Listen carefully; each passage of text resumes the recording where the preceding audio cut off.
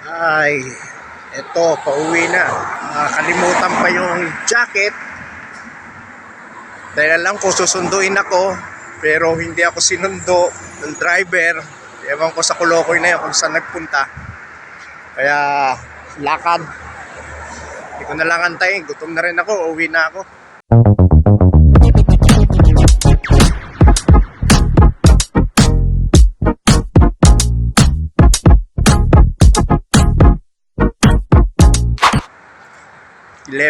PM na.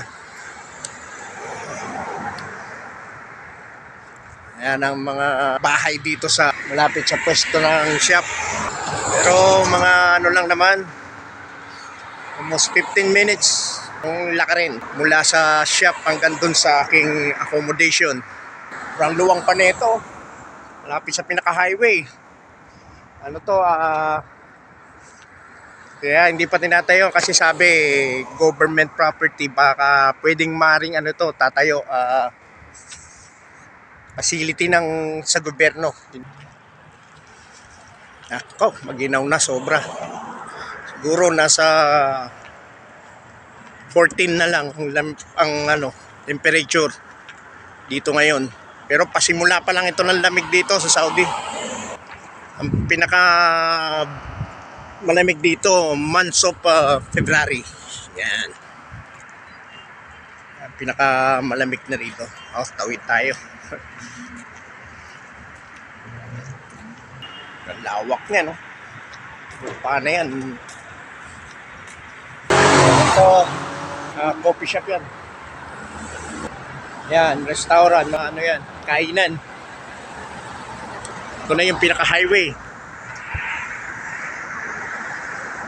Yan, pinaka-highway. Itong kalsada na to, ito yung papunta roon sa shop.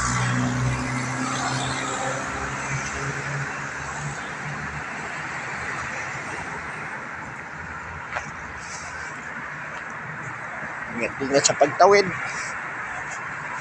Ito matutuli ang sasakyan.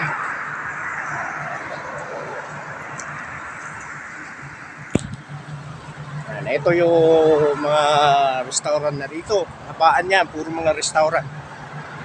Yan. Tawid tayo. Ito yung pinakamalaking kalsada. Kabilaan. Para tumawid, maraming sakyan.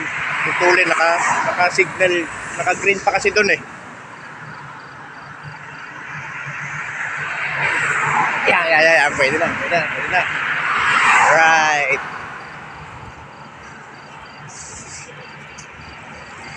Okay, dito tayo muna Center Island. Ayan, wala na.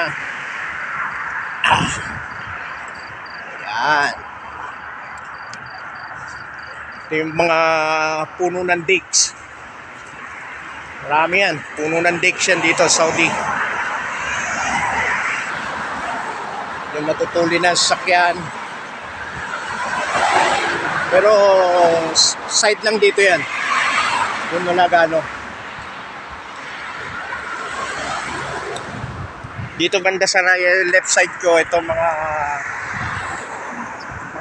tira dyan, mga residential, yung iba.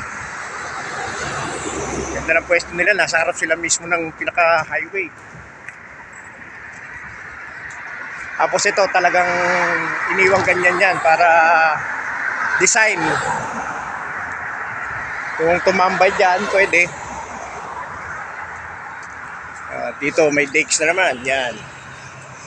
Puno ng dakes. Mula dito, yan na naman, puro mga restaurant na yan. Hanggang doon.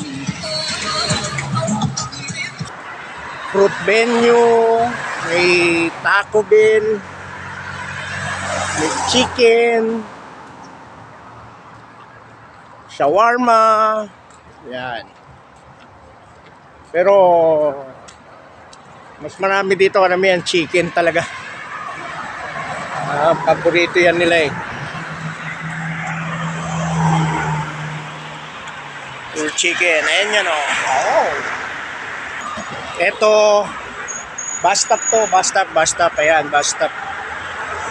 May time lang talaga ang punta rito ng bus. Talagang kung gusto mo ano, hindi ka naman pwedeng pagsasakay dito, ano ka eh. Kagaya dyan sa atin sa Pilipinas, magbabayad ka sa bus. Dito hindi, may card ka. Na parang ATM, loloadan mo yon. Ito, waiting area, yung bus. Kaya dito, every 15 minutes may dumadaan. Yan, ito, yan yung harap ng National Water Company. Yan.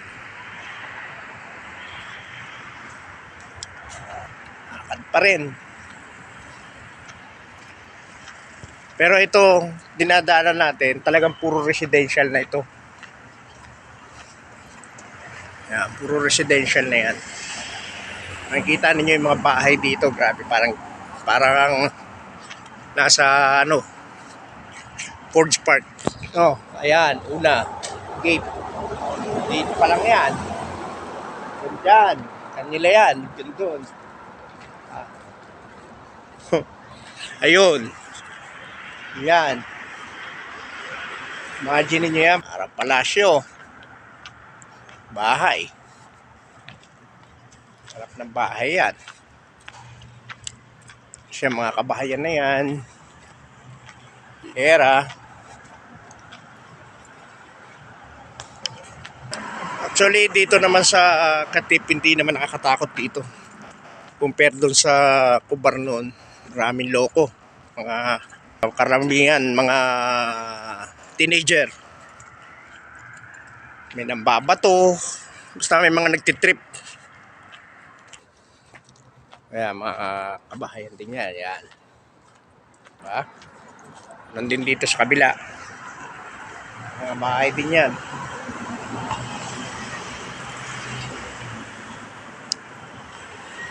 Yan. Yun o, ganda o. Lalo na pagka ano, papailaw sila halos lahat ng mga bahay pagka mayroong imam nila. May katungkulan sa Biblia nila na kaarawan, ganun. Sigurado. Lahat yan, may mga ilaw. Parang ano, i-celebrate nila lahat. Nagpapailaw sila. Itong street na to, malapit na sa bahay. Yan. Rito, tignan mo mga Mercedes-Benz nasa labas lang. Mercedes-Benz yan, nasa labas lang. Oh. Dito tayo naman sa kabilang side nito. Dito tayo rito. Ayan na, malapit na ako. Ayan na yung mosque. Dito ako sa likod lang dumaan.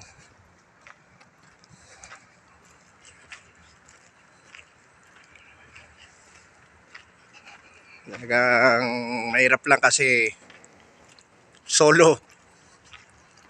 Napang kasama sa shop. Kaya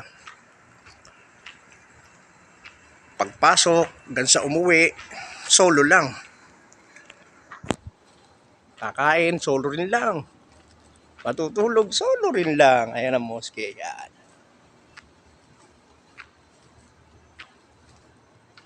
Ayan, bahay din yan. Laki. Parang palasyo. Grabing ilaw. Hindi tipid. Hindi na tinitipid sa ano, kuryente.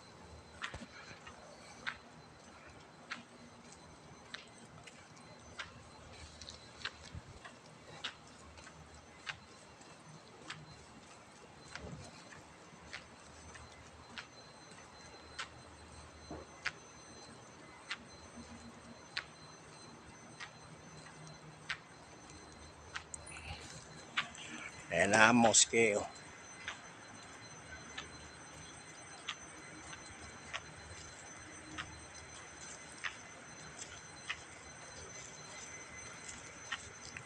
Yan ang aming accommodation.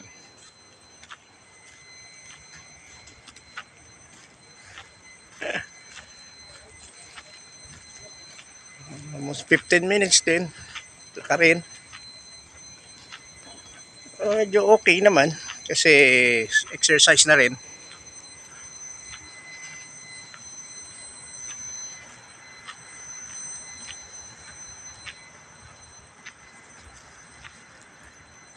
Yan ah. Yan ang mosque. Okay? Para mga kagunting, dito na ako sa main accommodation. Yan na. Maraming salamat sa inyo. God bless to all.